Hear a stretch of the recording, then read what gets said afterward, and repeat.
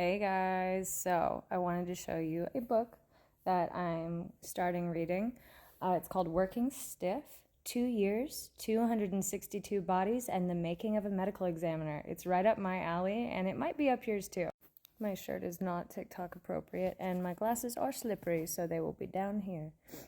All right, Working Stiff, Chapter 1, This Can Only End Badly. Remember, this can only end badly. That's what my husband says any time I start a story. He's right.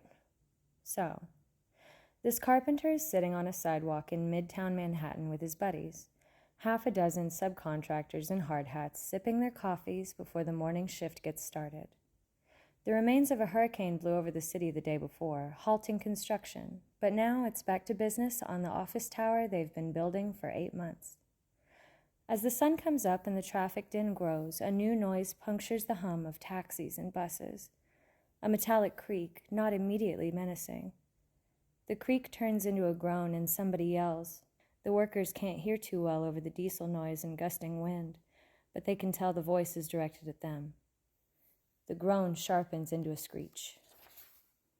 The men look up, then jump to their feet and sprint off, their coffee flying everywhere. The carpenter chooses the wrong direction.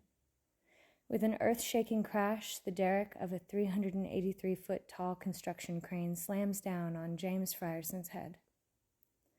I arrived at this gruesome scene 2 hours later with a team of MLIs, medico-legal investigators from the New York City Office of Chief Medical Examiner. The crane had fallen directly across a busy intersection at rush hour, and the police had shut it down, snarling traffic in all directions. The MLI driving the morgue van cursed like a sailor as he inched us the last few blocks to the cordon line.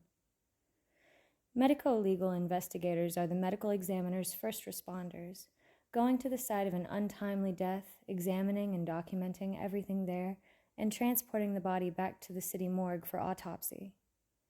I was starting a month-long program designed to introduce young doctors to the world of forensic death investigation and had never worked outside a hospital. Doc, the MLI behind the wheel said to me, at one hopelessly gridlocked corner, I hope you don't turn out to be a black cloud. Yesterday, all we had to do was scoop up one little old lady from Beth Israel ER. Today, we get this clusterfuck. Watch your step, a police officer warned when I got out of the van. The steel boom had punched a foot-deep hole in the sidewalk when it came down on Frierson. A hard hat was still there, lying on its side in a pool of blood and brains, coffee and donuts. I had spent the previous 4 years training as a hospital pathologist in a fluorescent-lit world of sterile labs and blue scrubs. Now I found myself at a windy crime scene in the middle of Manhattan rush hour, gore on the sidewalk, blue lights and yellow tape, a crowd of gawkers, grim cops and coworkers who kept using the word clusterfuck. I was hooked. And with that, I am hooked on this fucking book. This is what the cover looks like. I hope you liked it, and I cannot wait to finish it and give you my full review.